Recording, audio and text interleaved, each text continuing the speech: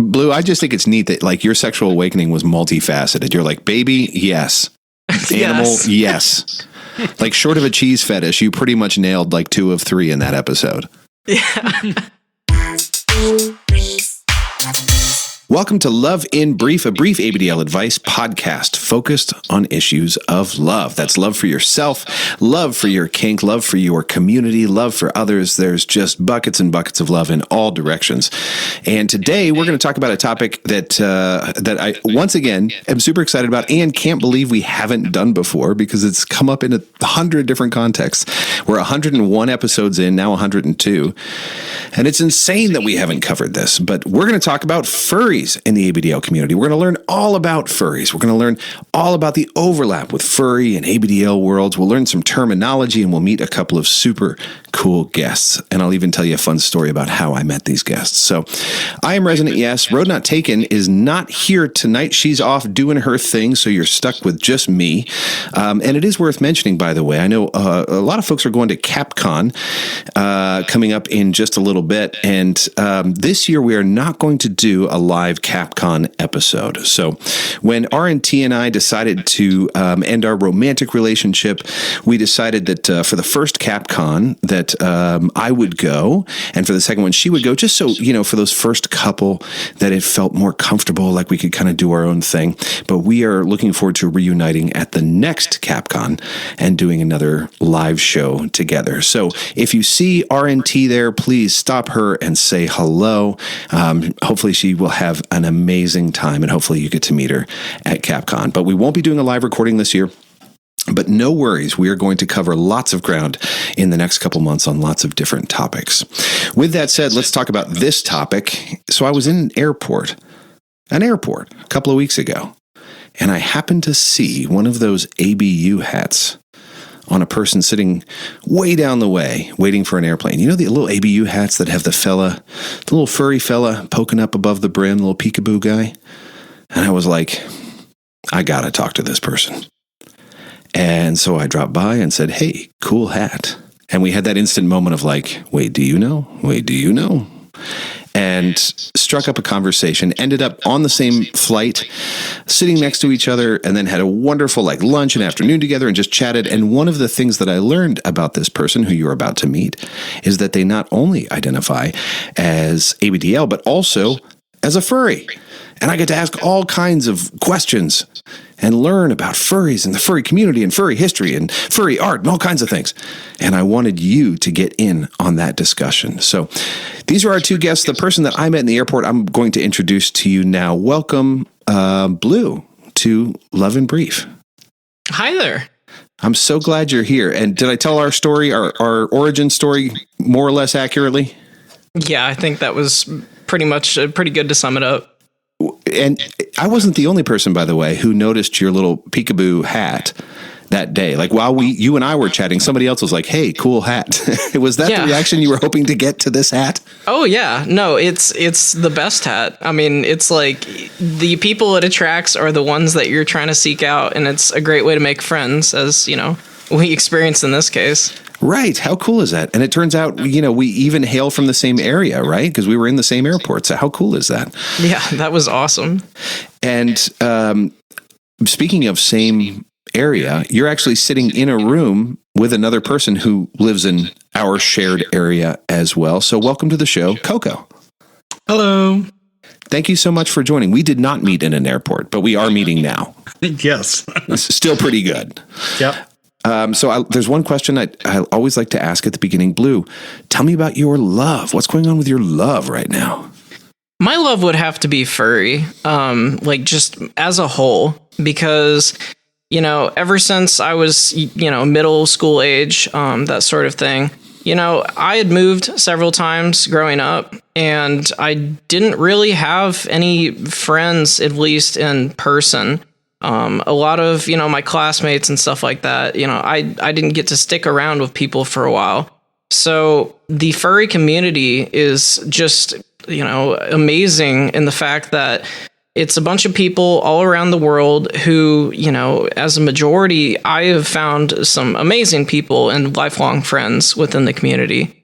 But, it's definitely one of my loves because it's something I identify with, and, just a great place to find friends and, really close to my heart.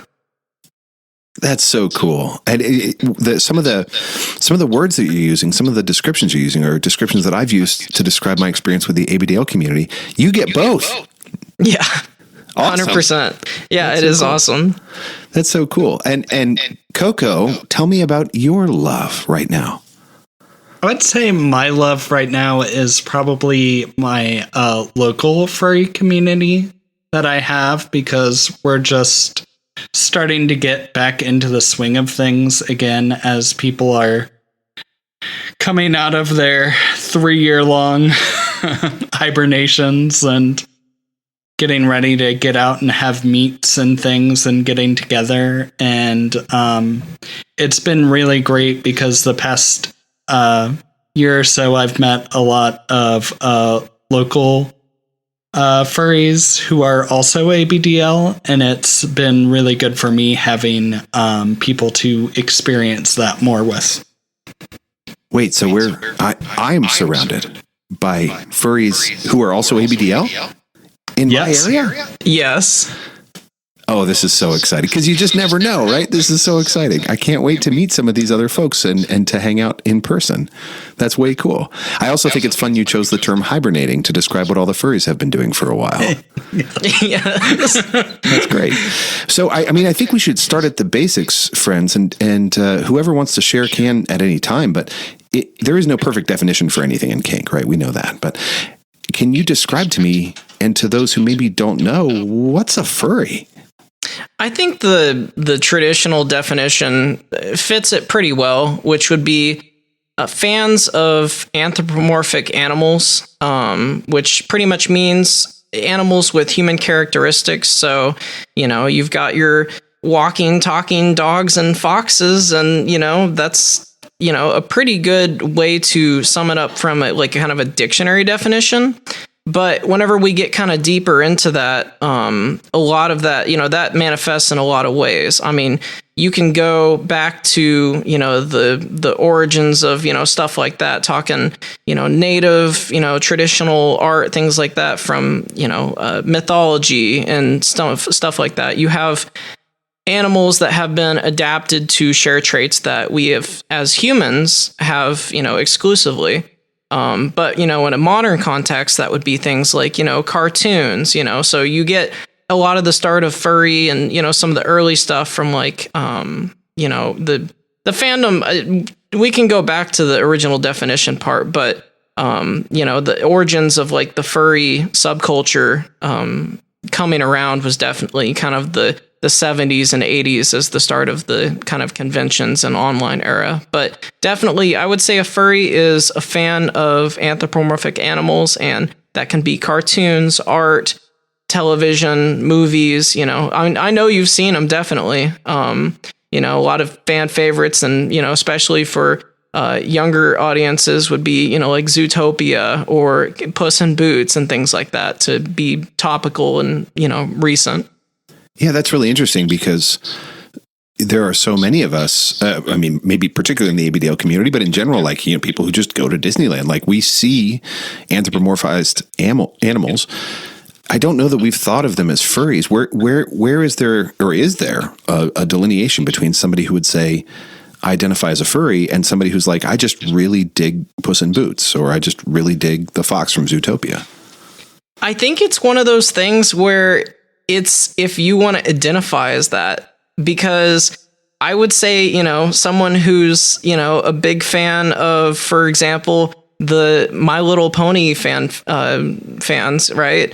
That's a anthropomorphized animal. And, this is up for debate, but, and you could say, okay, well, you can also identify as a furry because that's, within the realm. Same for, like you said, Disney fans.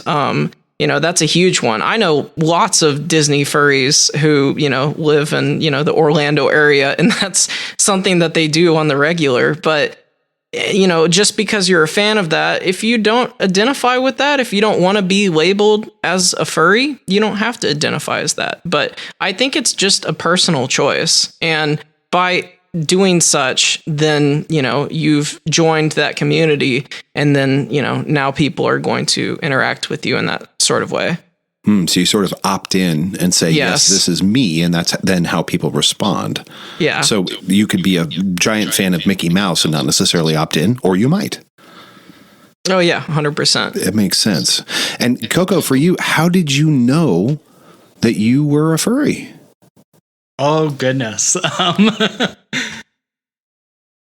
So this is going to be kind of a weird one for me, because it wasn't until much later in life that I really started to identify as a furry. I'll say kind of the stereotypical answer that Robin Hood from the Disney Robin Hood did make me feel funny when I was younger. And this would be the fox in green tights.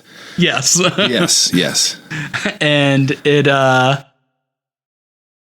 I didn't necessarily have the words to express what that was for a long time, nor did I really feel like, I had seen things about furries in popular media that aren't necessarily in the best of light. Like, for example, there's a CSI episode that's pretty infamous. Oh, the CSI episode. That's classic. ABDLs have one too, right? There's one. Oh yeah. King Baby, right? And ABDLs, you guys identify in both communities, but we also have that episode of Tom and Jerry that some people are like, ooh, that one made me feel funny. Like, where, Tom gets babied or whatever. Like, you're almost like telling me my own story. It's just we're substituting interests a little bit. You have just reminded me that may have been something that awoken something in me, because I remember growing up and watching that episode very, very clearly. So one of the things that we've seen in popular culture with both ABDLs and furries is there is some misperceptions, right? There are some things that maybe they get wrong because people like to have sort of this point and laugh moment of things that they don't understand. I'm curious if y'all have seen or heard misrepresentations of furry culture out there that we could speak to right off the bat and be like, hey, that's probably not a really great representation of what you guys experience. Oh, 100%. It's a lot easier for people to put things into a box and not really kind of, actually take the time to understand it. Especially like you said, point and laugh and, this is, weird. So we're going to, put that in that box. But, when it comes to furry, a lot of people will characterize it as a fetish or as an exclusively sexual thing. And, that's not a fair perception of what the fandom is.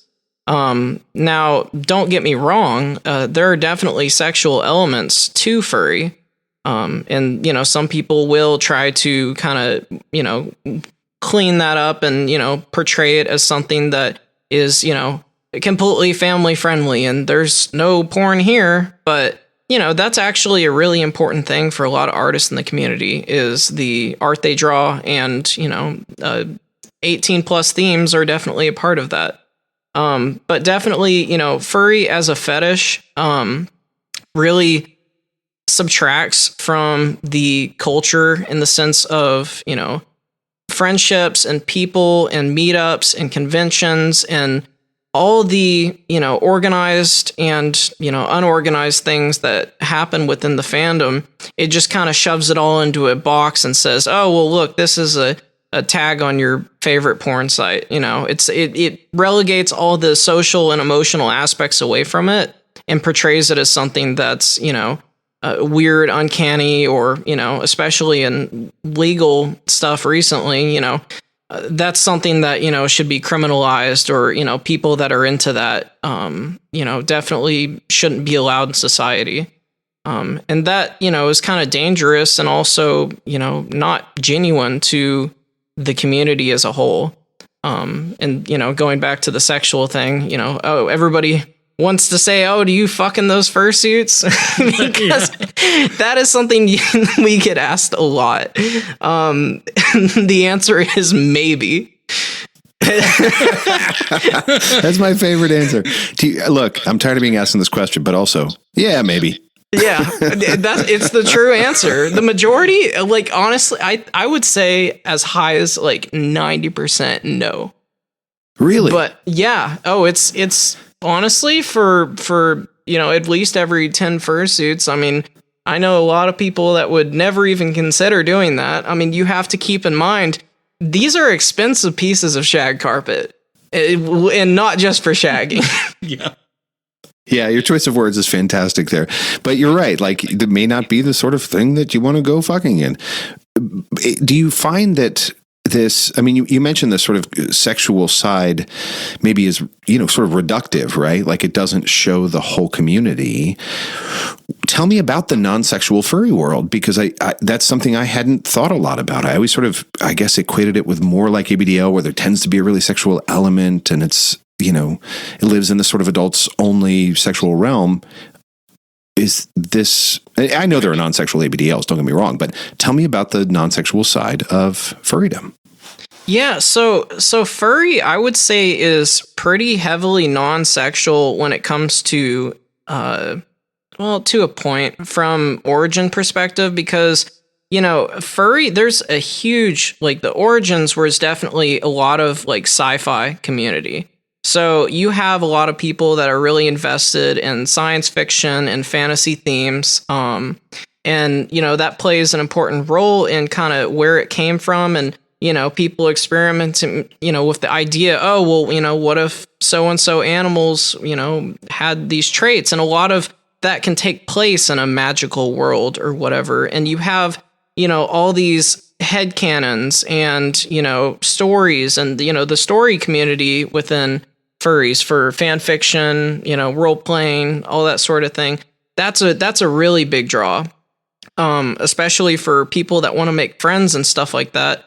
The story and fantasy community is really big within it. But as far as also the non-sexual side, just people make a lot of friends within the community, and it's a good way to, I would say, find people that you automatically have at least one thing in common with, over any distance. So, you could say, you got car people, right? Or, people that like keyboards or musicians. But when it comes to furry, it's fairly specific, and, you both have kind of a way to express yourself. And this is kind of going into personas, but a lot of people, it's an escape from reality, which is a super big draw and probably the biggest part of why people are furries and you would identify as one. Because, you don't necessarily have to have a fursona to be part of the community. And I'll explain what that is. Fursona would be an extension of yourself or something that you would identify as within the community, is kind of, imagine a profile, an avatar, a totem, that sort of thing. And that's very helpful. Yeah. Fursona. Yeah, for sure. Yeah. Fursona is pretty much a personification of what you want to be seen as within the community. And oh God, I can jump off so many ways from here. I could take this into, LGBTQIA, kind of direction where, going from the, easy way to portray how you want to be seen into the direction of, why there are so many LGBT community members within our group, because, it has a history of being a safe space for trans, gay, bi, queer, community members, because furries as a whole, being the fact that we, are constantly, acting as ourselves as something else, it's really easy to put yourself in a way that you want to be seen, and people will take that for granted because, that's okay. That's your fursona, and they're, identify as female and they look this way and so. that's really validating to people who are transitioning or, have a different identity. That makes so much sense to me that you can create this person that's in some ways, or person or persona, I should say, that in some ways more accurately represents who you are and who you see yourself as. And I can see why that would be tremendously appealing to people who have otherwise felt like they had to hide that or suppress it in one form or another. Coco, I'm curious from your perspective, you said you came to this later in life. What was it like coming into the community of furries, and how did you find your fursona? Well, I actually, through online game Final Fantasy XIV, had met a bunch. I had just switched jobs, and I was looking for new people in game to hang out with because my hours were shifting, and I needed to find people who were more available when I was. And one of the groups I found was a group of furries, and I just started hanging out with them. And this is going to sound bad about it not being all sexual, but one of the things they had done a lot of was just send me porn, which is not a good thing for people to do, but they were doing it all in good fun. And I was we didn't say it wasn't at all sexual. We just said it isn't all sexual. So good on you for finding people you could, share porn with. Yeah. And I think I said, damn it, one day when we were in chat, and decided to make my first persona that I have, which is my primary one that I use, which is a stoat. Just because I don't know what a stoat is. He's very cute, by the way. It's out adorable. Of the mix. What's a stoat? A stoat is a short-tailed weasel, is the common term. You may also have heard ermine. And if you think about the vestments that Catholic priests are depicted in sort of Renaissance artwork, where there's like pure white fur linings on things, that is ermine fur. Okay. Yeah. I just looked up, I have to admit, I furiously Googled stoat, and it is the cutest damn thing I've ever seen in my life. Yes, we are dangerous little murder noodles. We have... Oh, it's so cute. A baby stoat is so cute. I can't stand it. Yeah. Yeah, and I had always kind of really had a liking towards weasels, which is strange because weasels and a lot of things are the bad guys. But like Who Framed Roger Rabbit was a particular favorite. That was the first thing I thought of, right? The weasels, like in the pinstripe suits and whatnot. Yeah. Yep. And I really like the leader of that group, Smartass. I've always kind of liked him. So awesome. And then also the Disney adaptation of Wind in the Willows with all of the animals are stoats and weasels, who are the people who take Toad Hall from Mr. Toad. Oh, they're bad guys. Yes, so generally seen as bad guys, but I just like sort of bouncy and energetic, which is really what I would like to see myself more at. So there's an element of here's who I am, and there's an element of I also want to see myself more like this. Yes. Yeah. Is it sort of aspirational? Like I admire this about the particular animal that my fursona is based on, like, and I want that more in my life? Yeah, for me it is, with a lot of different things. And then I'm one type of person who has several personas, just because I pick up on like different characteristics of different animals, and I'll kind of like adapt what my mood is to those. Although I am primarily stoked. How wonderful to have this pantheon of personas that you can go to, sort of animal spirits that you can go to, because none of us feel the same way all the time. Right. And how wonderful to be able to be like, today I'm more stoat, and sometimes I'm scared deer, or, fluffy bunny, or whatever it happens to be. How wonderful to have these sort of embodiments that you can lean into and experience that reflect, I think, what most of us experience, which is a change in how you feel all the time. Yep. That's very cool.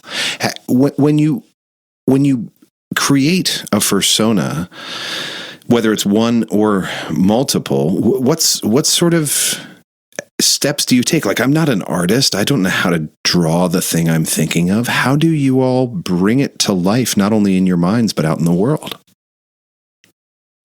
I mean, a very easy one for a lot of people is people make adoptable personas, which this is very helpful for either kind of my first persona, or if you're just looking for something but you can't really put a finger on it, or a paw in this case.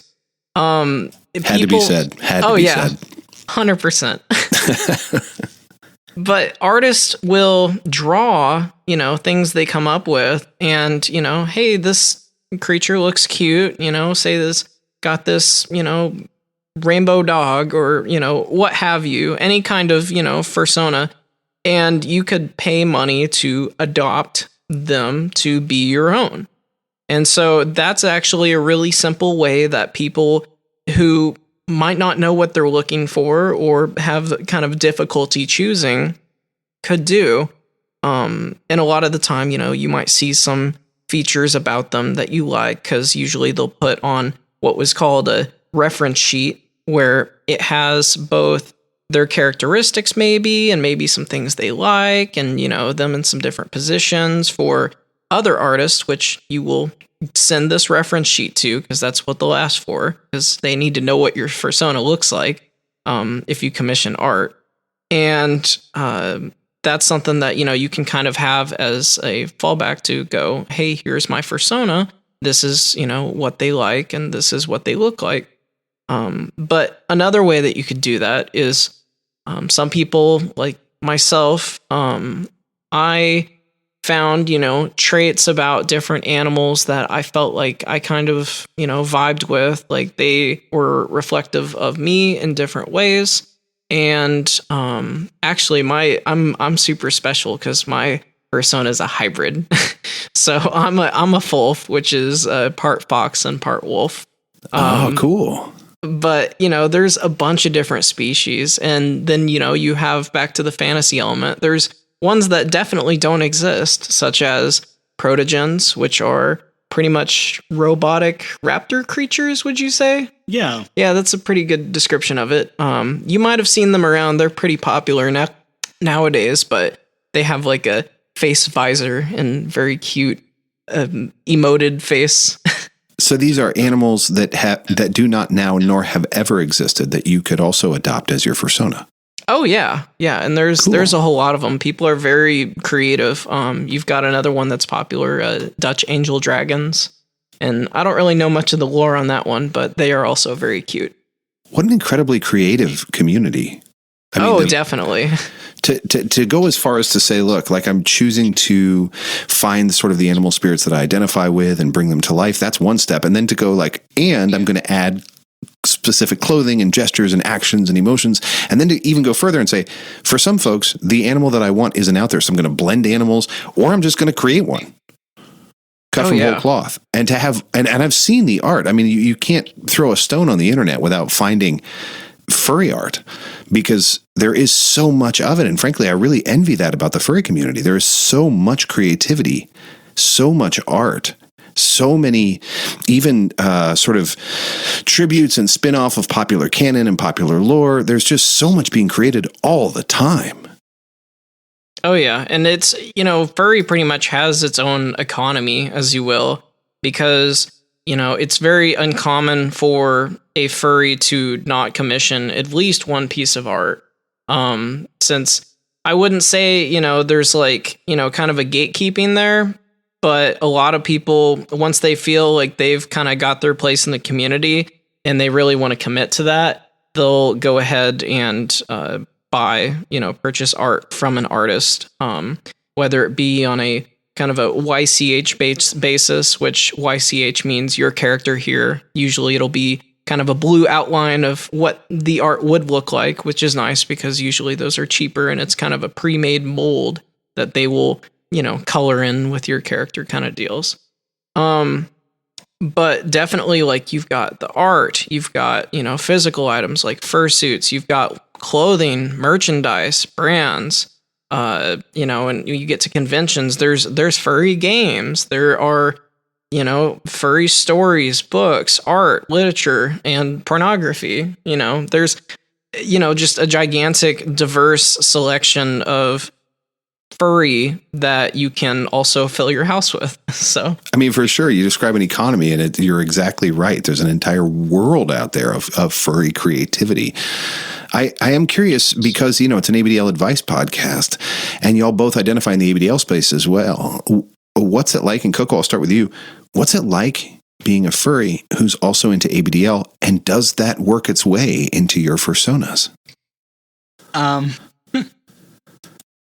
Well, we're in kind of a weird space, but it's kind of joked among the baby fur community, which is what we call ABDLs within the furry community for the most part, or sometimes people will say diaper fur if they're not as much into the AB side of things, but we kind of joke that baby furs run the fandom because a lot of the people who run conventions within the furry community are either well-known baby furs or privately baby furs, but yeah, there's sometimes we're not always seen as the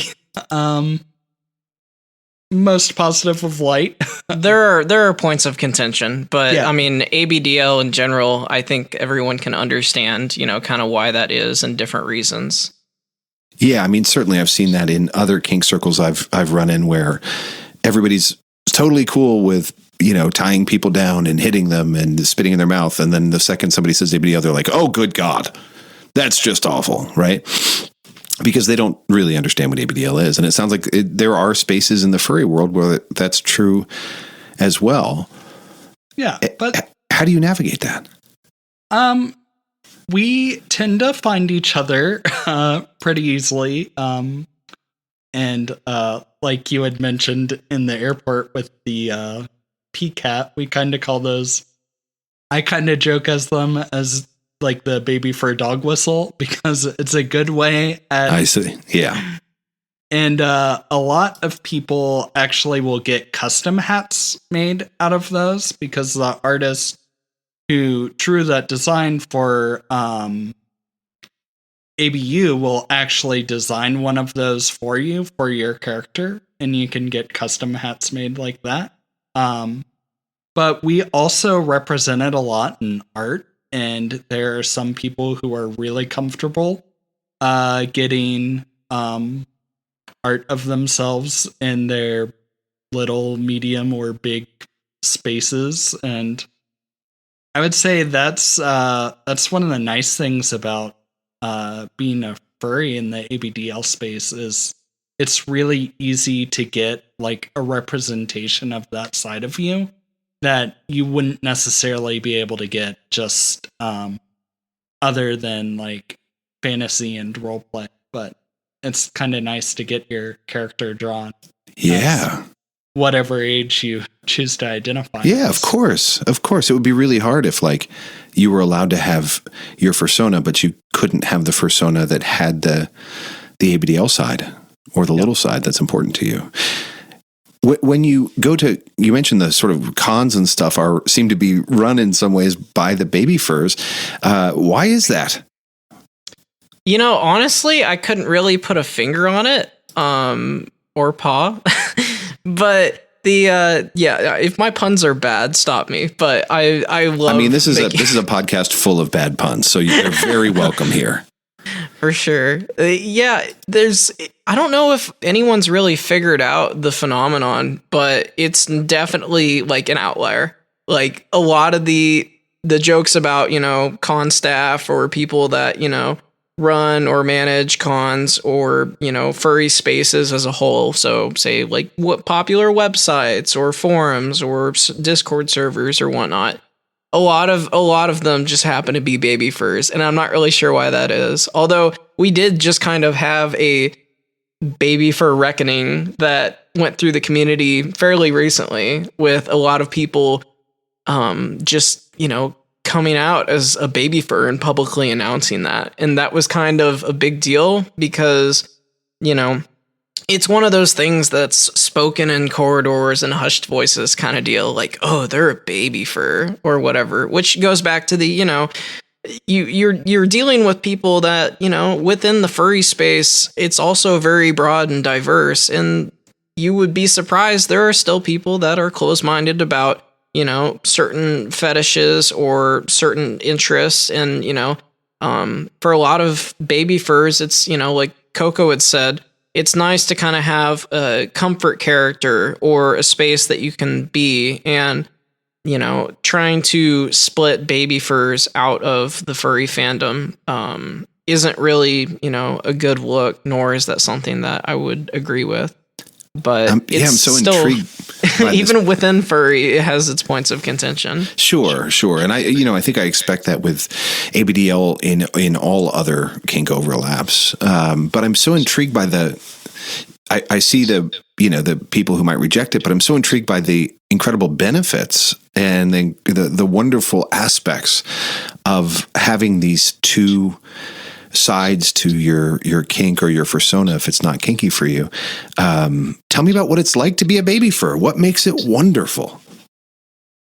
I would say definitely the fact that, so I actually have had like a hard time finding other ABDLs until like I started looking within furry, because I'll tell you, like, I don't know what it is, but something about baby furs, it's just like easy to link up if you're looking within that avenue, because it's very clear, who they are. And furries are extremely social creatures. I'll tell you that much. Like, that's how we operate.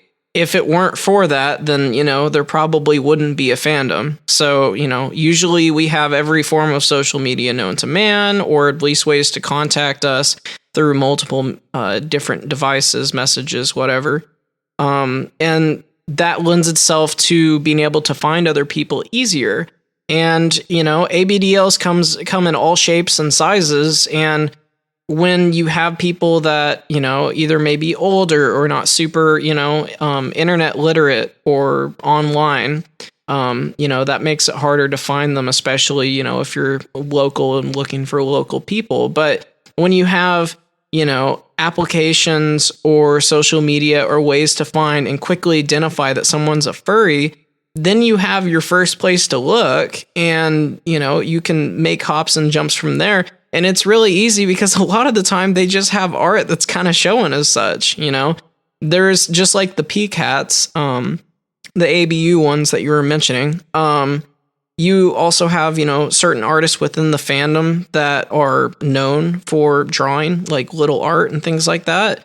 So it's nice because, I mentioned Marcy McAdam, the Marcy badge, which is kind of a it doesn't have to be something that you get, but it's really kind of a badge of honor. Like, you've got your baby fur card once you've got a commission for Marcy. So a lot of the time, if you see little art, then like you've immediately got that someone's a furry and they're little. Yeah, that makes sense. You can kind of spot that right on their art. And again, that's something that a lot of ABDL folks don't have, right? We don't have that iconography or that art created to represent so many aspects of our personality or our kink or our chosen identity. That's just sort of out there for the world. And certainly some of that would not be appropriate to put out there to the world, whereas in the furry world, you really can. I'm also curious, Coco, for you, what is awesome specifically about being a baby fur? I would definitely agree with the being able to easily meet people, because I was an ABDL for almost, let me think about this, 5 or 6 years before I had become a furry, and I think in that time period I was able to meet and hang out with one person. So there was like one person I could sort of share any of that with. And was it just harder to find people, Coco, to meet with? Or for me, yeah. But then once I sort of found the baby fur community, it was easy to find people who were more interested in, I'd say, the things I was interested in, as well as just in general, it comes up a lot easier just in conversation, even when you're talking like normally or just looking at art a friend has. You can see like one piece they got 5 years ago, and you can be like, oh, and then you can, it's a good way to sort of bring that information up, or bring that piece of it up. Yeah, I mean, again, the more visual iconography, the more art, it seems like, and frankly, my guess is there's just more people, right? When you describe the community, you all have been to cons and stuff. My guess is there's just more furries than there are people who are willing to show up at a con as an ABDL or willing to show up online as an ABDL. And so then you talk about that as an inroad to meeting baby furs, and now you have two things in common, right? And they're, again, based solely on this anecdotal description, there's more around. They just seem to be easier to find. Yeah, and also going to a convention for something that you really like, I feel like ABDL would be something that, even if you felt really strongly about, it may be something really private for you, or something that, you couldn't have people know. In furry, it's kind of the same way. Like, to tell your coworkers or family, oh, I'm off to the furry convention. Well, then you either got to have a talk with them about what that is, or, the internet's going to do it for them, and they're not going to have a very good time. So. Yeah. But I wonder if, so for instance, would I have started the conversation with you in the airport if there were some sort of overt ABDL symbol? Maybe not. That's quite private. And as we've already discussed, has hangups in terms of sort of public opinion that furries don't have. Even though furries, there are hangups there, right? Even within the furry community, there are hangups about being ABDL. But it sounds like there's a little bit more accessibility in discussing furrydom. You even use the example of My Little Pony fans, right? Like, that's pretty, I won't say it's mainstream, but it's pretty accessible. You can kind of talk about it.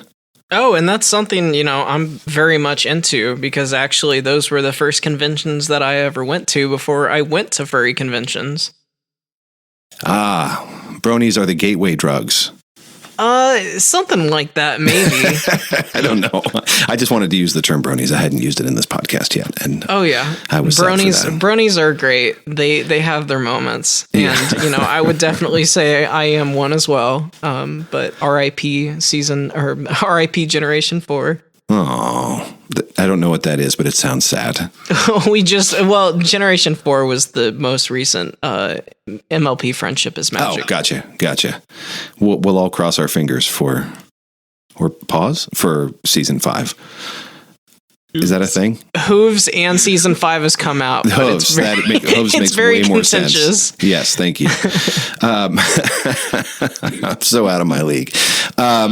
So I would love to know, for ABDL folk who are really intrigued, and maybe they had that same little twitchy feeling in their guts when they saw just the right episode of whatever. But for ABDLs who are really intrigued by furrydom, how would you all encourage them to begin to explore baby fur and learn more about it? That's kind of a difficult question. I would say, hanging around furry spaces online. So maybe, looking at and interacting with posts that other people make on, like, I mean, I hate to say Twitter, but Twitter is where most of the furries are. But you could also go on places like Fur Affinity is an art website that's, pretty generic. They have, some of everything, as furry is, very wide. So you have art, pieces of literally everything. Fur Affinity would be a really great one. Just search that in your browser, or we can leave it in the show notes. And, just places you can interact with furries and then like look for baby fur within there. I don't know if there's like a really great like central location to interact with baby furs, so that kind of makes it difficult. I mean, I know, okay, a big suggestion would be to check out Telegram, because Telegram is like the premier furry messenger. It's a messenger kind of like Discord or, other online chat platforms, but Telegram is almost a requirement when it comes to furry, just because of not any other reason than just everybody uses it. A big one is you can send stickers. You can send stickers. And they're very cute. It's about the stickers and the art. See, we're back to that theme. Honestly, yes. Yeah. Coco, I mean, you mentioned you found furry later in life. How did you find Baby Fur World, and how would you encourage other people to find Baby Fur World who might be interested from the ABDL community? Let's see. I had met a few baby furs early on in my ABDL life when I was or just talking to people in online games mostly. But then also I met and that was pretty much how I got into, because the group of people that I had met in Final Fantasy, one of their partners was a baby fur, and that came out pretty quickly when I was talking to them. They were a skunk, and skunks tend to have a bit of reputations about being baby furs. Oh, really? Yes. So there may be more skunks in baby furdom than the furry fandom at large. Okay. It's a possibility. Is it because they're smelly? It's a bit because they're smelly, but there are skunks who are also not and will be quite offended. So I don't want anyone to assume that. But it's a pretty good bet. That's great. So, Blue, earlier you talked about how this was really sort of a friendly space for everybody, but that in some ways it had particularly attracted LGBTQ folks because they could, bring on parts of themselves that maybe they couldn't out in the rest of the world. Can you tell me more about that and the representation in the furry world? Yeah, definitely. As far as, being able to kind of be yourself and experience that in a way that's really powerful. And people just like off the bat will accept you as who you are. That's something within furry that you can find all over. Because, overall it seems, we have a very progressive and accepting, group, just because people come from all walks of life into furry. And it's, that sort of space where you can be yourself and present how you want to be presented and viewed. And that's like, also into the fursuiting thing where, you can act how you want and be this character, or, who you really are, looks aside or external, like the way that you were born.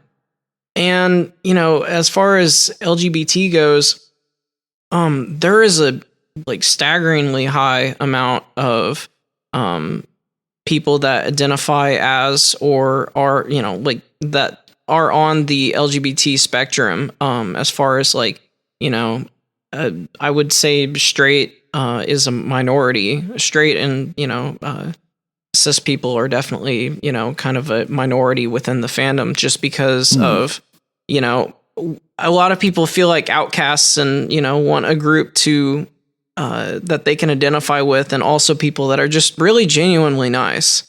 And so that's something you find a lot. And so it's like when you have a space that's friendly to that, and a lot of them have either met someone who was a furry or, the typical ways of, finding out about the furry fandom. Having that be something that you really recognize and can see on your first viewing that, hey, there's a lot of people in here like me, or I'm going to be accepted here. And it promotes as being a very friendly place for that. Yeah. That's something that would definitely attract people. Man, I'll tell you what, when you talk about a community that has that level of representation and acceptance, I am immediately drawn to it. Even if I'm in the minority as a mostly straight cis person, I feel so attracted to a community that welcomes folks who might otherwise feel, disenfranchised out in the rest of the world. That's amazing. And even in my chats with you, Blue, I also will say I feel welcome too, because the community just feels that welcoming. I appreciate it. Yeah, that's very cool. Friends, this has been so much fun. Blue, I loved getting to spend the afternoon with you and learn about furries, and I could not wait to bring you and Coco on to share with the rest of the ABDL world. We are scratching the surface, as we know, on furrydom. I love this incredibly creative, diverse, welcoming community. I'm deeply intrigued. So thank you for sharing the ABDL furry overlap with us in the world of furries. Blue, if somebody wanted to get in touch with you, how would they do that? You can either hit me up on Telegram or Discord, whichever you prefer. I use both of them religiously. If you want to hit me up on Telegram, my @ would be Bassblitzed. That's BASSBLITZED. Or on Discord, it's Bassblitzed, capital B, 5255 is the discriminator after that little hashtag. Perfect. And Coco, for you, if folks want to get in touch and connect with you some more, how would they do that? The best place to probably get a hold of me is on Telegram, at Coco Stout, capital K O K O, capital STOAT. And then I'm also available there on Twitter is another good place to reach out. Same name. Same at. Perfect. And I'm Resonant Yes. You can always write to me, Resonant Yes, on Tumblr and on FatLife and on Instagram. But would love to get in touch with you. I'm always so grateful for the folks who come on and share their experience and expertise. And I learned so much. So I'm going to go explore furrydom for a bit. I think that's what I'm going to spend a little bit of my time on.